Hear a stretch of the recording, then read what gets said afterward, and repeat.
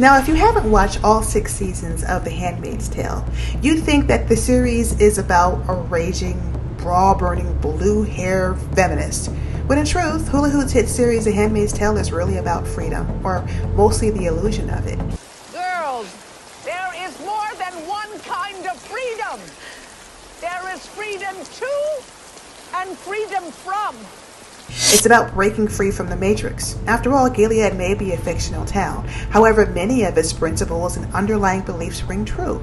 And no, I'm not just talking about the zealots. I'm talking about the power in which they strive for. You see, June Osbourne isn't just trying to escape an oppressive system ran by men. She's trying to escape the men. And many of us can relate because we too are trying to escape the men. Many of us are stuck at dead-end jobs that require us to be meek and humble. Many of us are trapped in draining and abusive relationships that eat away at our spirit. Many of us are just bitter from dying dreams and wasted potential. We falsely believe that we can be saved by religious or even political institutions, but sadly they too are tied up in the man's oppressive regimes. Where do we go? Where do we hide? We can't break a system that thrives off of injustices and inequality. All we can do is break free and take as many people as we can with us. So if you're interested in something as valuable as freedom, you're going to want to watch this video. There are 3 things that all great empires have in common: a powerful army, a resilient ruling class, and a strong belief system.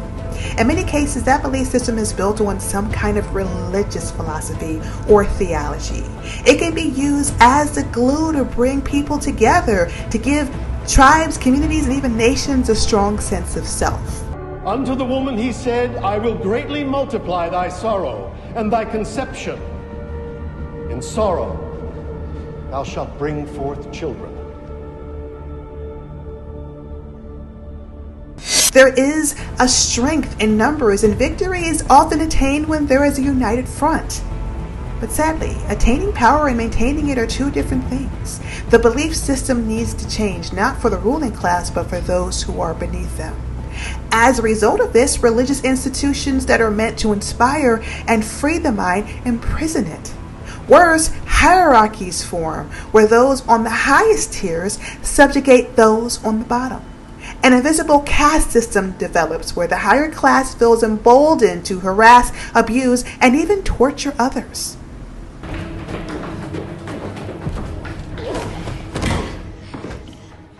You will stay here, and you will not leave this room. Do you understand me? Do you understand me? We see this happening with Serena and June throughout the first 2 seasons of The Handmaid's Tale. Now, Serena has won the genetic lottery. She is not only beautiful, she's smart, she's wealthy, and she's married to a distinguished commander. Sadly, she is the mean queen, establishing her superiority over June the second she enters the house. June isn't just tasked with giving her a baby, she is helping Serena and Fred extend their lifeline and their legacy. In truth, she is helping them attain and maintain power at the extent of her own loss, of course. This same power dynamic can be seen in feudalistic societies where the serfs toil the soil only to have their crops seized by powerful lords, or the employee who puts forth their best work only to have their ideas stolen by their employer. People say that in a free society, the best ideas and people rise to the top. However, in a broken exploitative system, the best ideas are stolen by the people who are at the top. Now, June has a warrior spirit, and she finally gets leverage in this tug-of-war match between her and Serena when Nick gets involved. Nick isn't just June's saving grace. He is the man who inspires her to fight. Luke is fine, but come on, this country is going down tubes. It's time to get out in the street and fight, not just play house. I'm not playing. Now, I believe that Nick was at his best when he was with June. He was kind and compassionate and willing to slay any dragon that held her captive. However, Nick was at his worst without her. He was cruel and cunning and looking out for numero uno.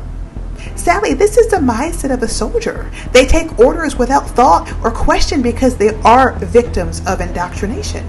They need to fight and kill for their own survival. This means that they adapt the them or me mentality. This mindset is reinforced with more ribbons, awards, rank, and power. Nick was lost without June and thus susceptible to the influences of the men. Yet at the same time, he felt empowered by a system that gave him the validation and sense of purpose that he craved. And this is the primary reason why people are stuck in the matrix. Their egos get stroked. Inherently, they understand that they are engaging in bad behaviors. However, they can't stop because the validation that they receive supersedes any doubt that they feel. Speaking of egos, doubt, and guilt, let's talk about Aunt Lydia. She was instrumental in breaking the minds and souls of the handmaids. You would think that her behavior was driven by her belief in a higher cause, or she was doing it for the greater good. After all, the handmaids were the most fertile in the region, and Gilead was somewhat successful in increasing the birth rate. But you are special girls. Fertility is a gift directly from God. He left you intact for a biblical purpose. Sadly, those births were the result of thousands, if not millions of people being mistreated. It's almost like in real life where 1% of the population has 50% of the wealth, while the other 99% is barely getting by. Aunt Lydia represents an archaic, hypocritical system that only benefits the few. She lashes out and strikes at anyone who challenges this system. Worse, her ego doesn't allow her to have any real form of self-reflection or self-awareness. Instead, she doubles down, seeking to punish those who made her feel weak. Aunt Elizabeth was soft. I would never have put you in a new posting. After what you pulled of the Mackenzies, you should be on the wall.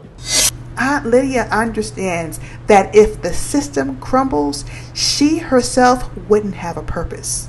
That's why she works so hard to defend it. God is truly merciful. He offers redemption even to the most perverse and degenerate among his flock.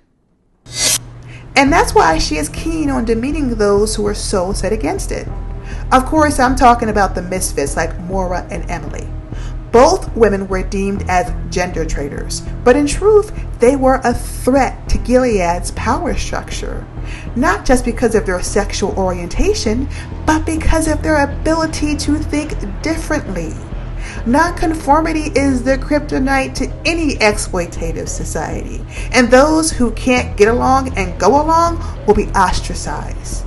In The Handmaid's Tale, these women were sent off to the colonies or forced to work at Jezebel's. In the real world, these women are laughed at as quacks and crazies and whores and leftovers or just weirdos.